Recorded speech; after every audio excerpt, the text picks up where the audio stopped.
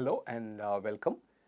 So in this lecture, we're going to see one more application for eigenvalues, eigenvectors in linear algebra, and that's called the PageRank algorithm. It's a very, very popular algorithm today. The web is full of this algorithm, and you'll see why this is one of the most interesting and very interesting algorithms that are out there. In fact, it's a very lucrative algorithm. It makes a lot of money, by the way. So you'll see why that is so as we move along. The recap is same as before, so I'll skip it.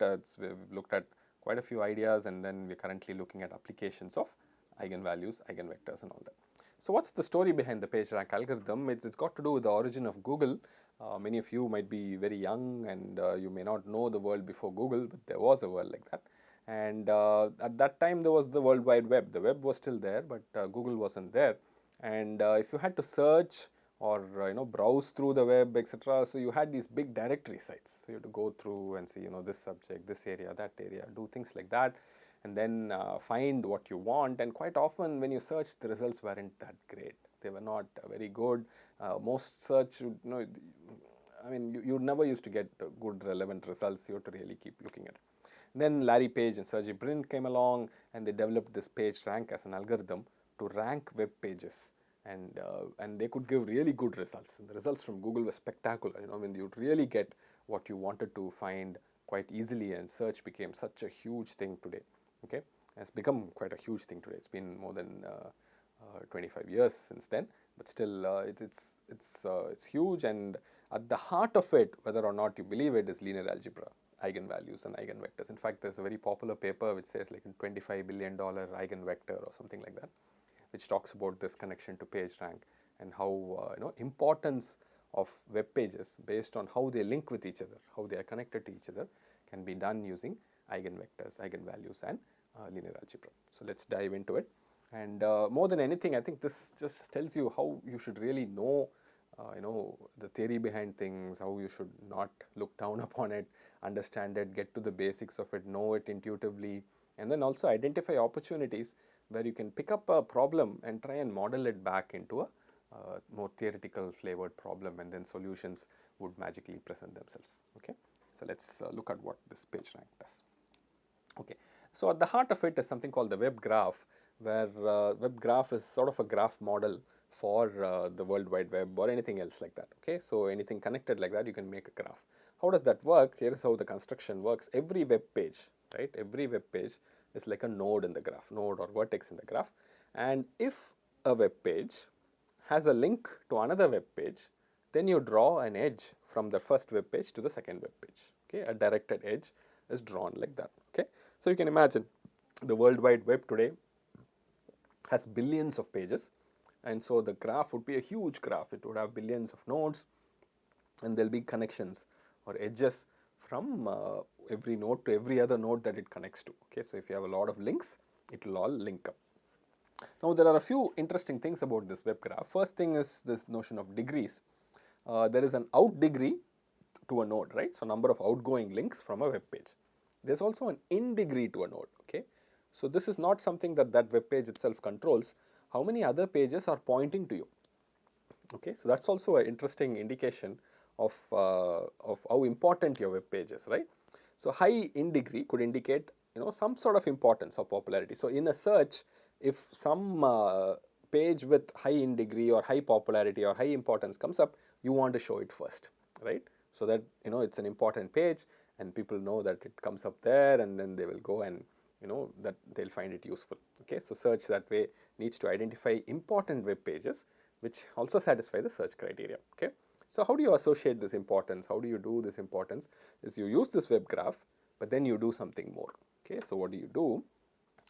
So how do you go about assigning some sort of importance to the node? Okay, so we've made a graph.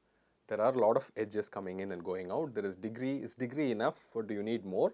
It turns out degree alone is not very strong indicator. There can be lots of other reasons where degree can be very high, but it may not be very relevant to what you're looking for in some sense.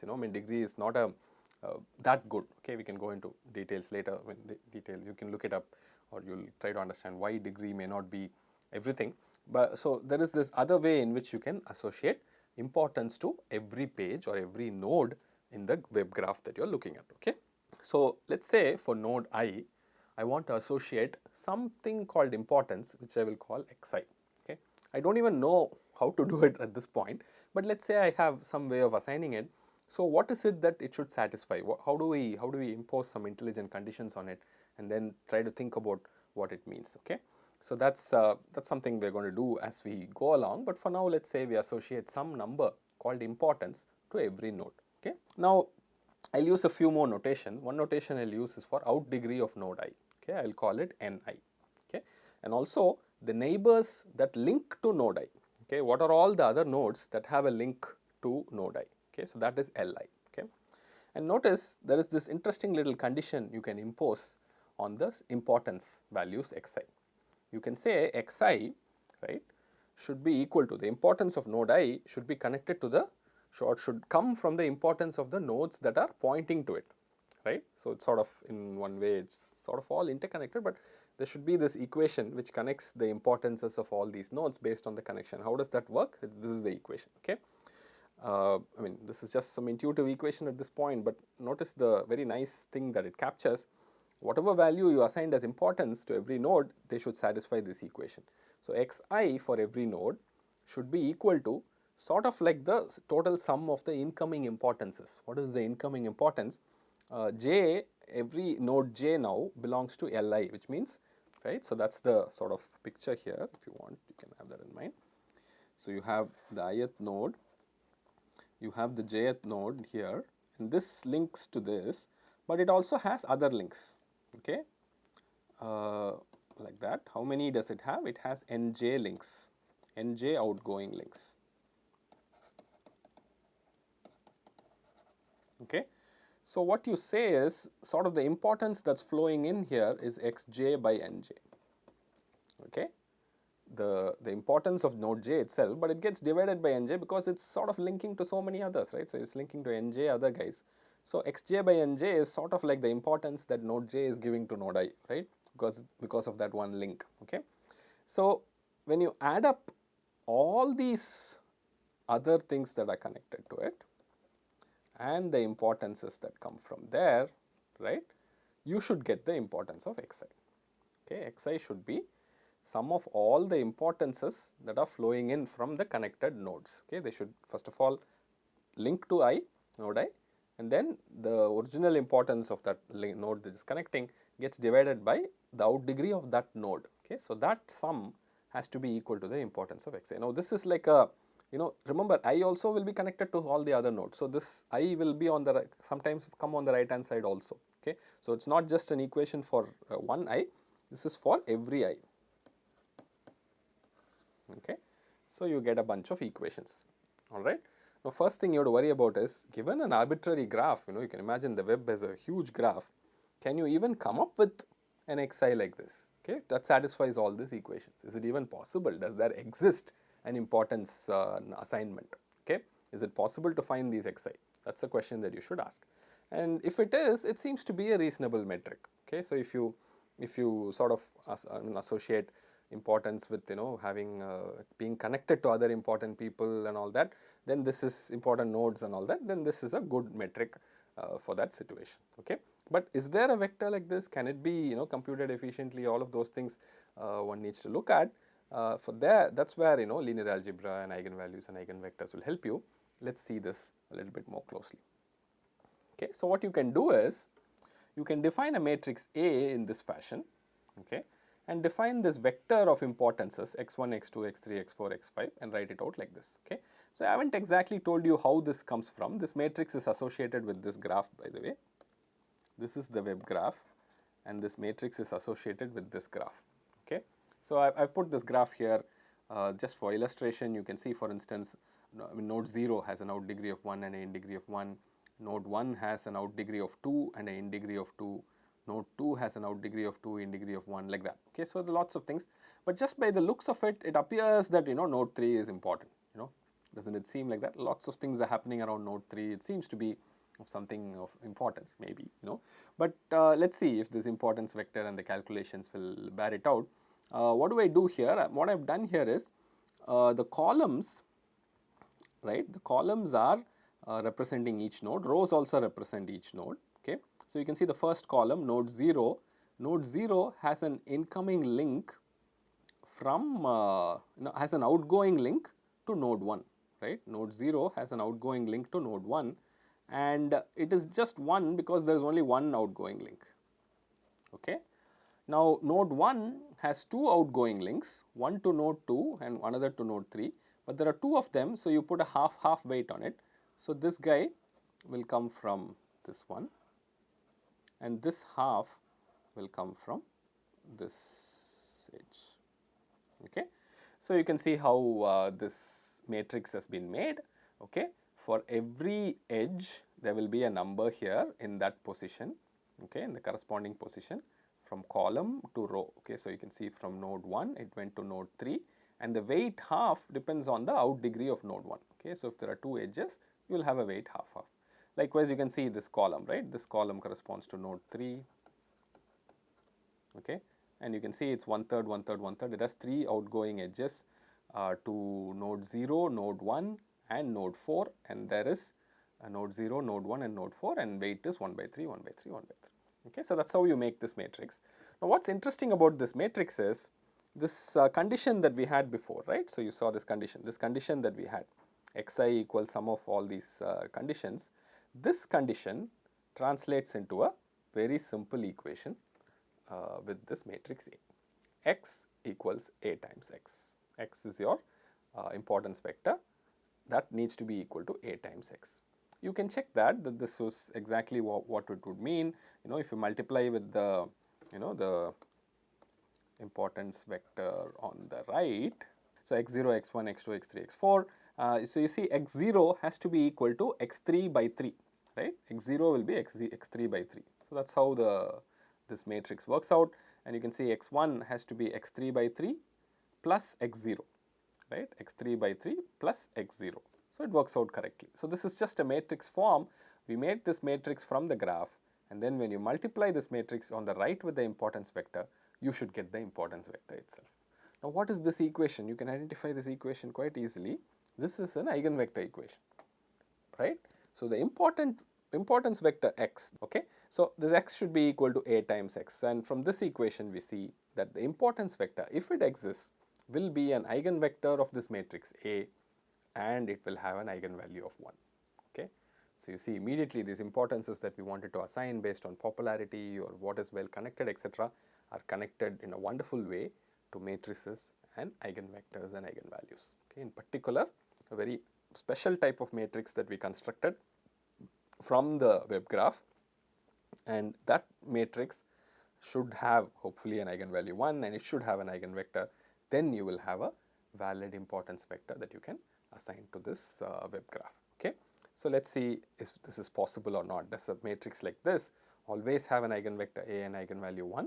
It turns out yes, and that's because of the way in which we have assigned these numbers here, okay? So why is that? So if you see the matrix A, the way we constructed it, the ijth entry means node j links to node I, okay, right? Node j links to node I, and the weight or the number that you put there is 1 by nj, and nj is the out degree of node j, okay? So the property that A always satisfies is the columns of A add to 1, okay? So you can go back and check in the previous example also. You'll see that the columns add to 1. The columns of A always add to 1. So that's nice, okay? The columns of A add to 1. What's interesting, when the columns add to 1, the rows of A transpose add to 1, isn't it?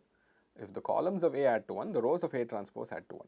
So when the rows are adding to 1, then all ones becomes an eigenvector of A transpose with eigenvalue 1, okay?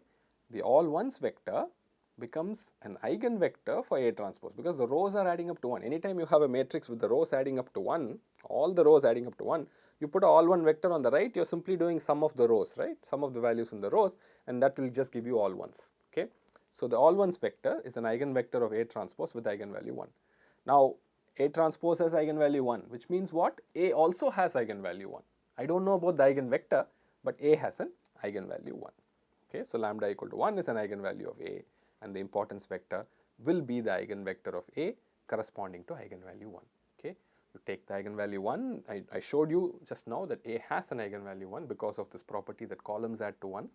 Okay, and the eigenvector that you pick up from there will be assigned, can be assigned as the importance vector.